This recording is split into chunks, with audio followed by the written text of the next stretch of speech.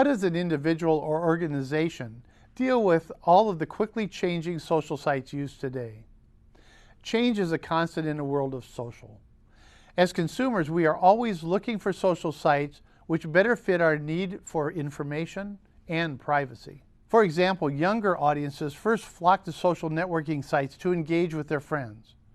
However, they migrated to more private sites to avoid their parents' oversight. Regardless of our age, we will move from one social site to another as our network moves, or if the site changes their relationship towards us, like offering advertising for the first time. Regardless of why we move, change is constant.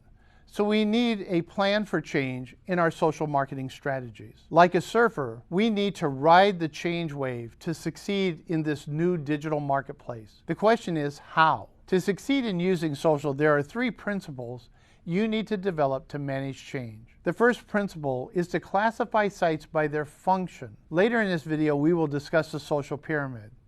It is designed to classify all social sites into one of 6 categories based on the role they play in the world of social.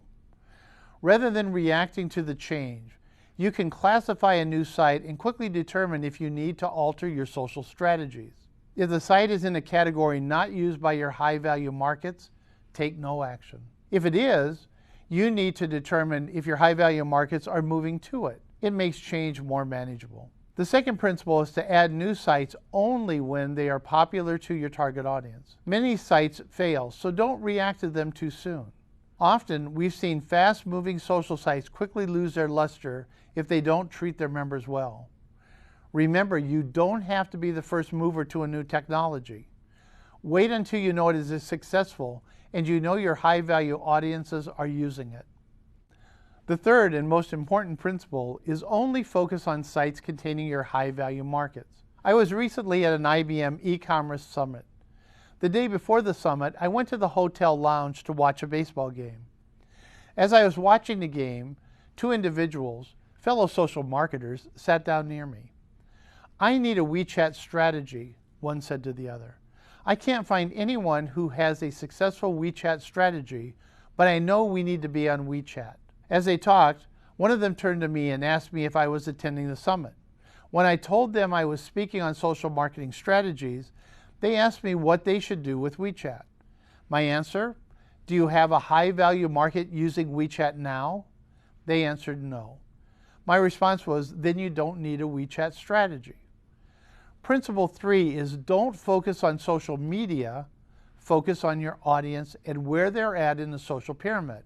Like direct marketing in the 90s, don't form social silos with separate strategies for each social site. Think markets first. For most organizations, remember your people and dollar resources are a precious commodity. Don't burn them developing social sites you don't need. Now, let's look at the structure we will use to holistically develop your social strategies, the social pyramid. When I first started examining social marketing closely, I had the good fortune of contacting Boardreader. Facebook was just starting its meteoric rise. In these early conversations, I asked Steve Dodd, a guest who will be in our second MOOC, if they were working hard now that Facebook was growing. His response, "We don't concern ourselves with social networking sites like Facebook. We focus on the deeper, longer-term conversations occurring in social." If you think about it, it makes sense. While social networking sites have members discussing many subjects, those conversations are very short and transient. We move from one topic to another. While Boardreader now collects Facebook conversations, what it highlighted to me was that there were deeper conversations you need to understand. That started the development of the social pyramid. The social pyramid consists of 6 classification levels. The key is the pyramid is not structured by site size. After all, Facebook is huge, but it is structured by the depth and types of conversations happening at that level. For example, think of social conversations about cancer.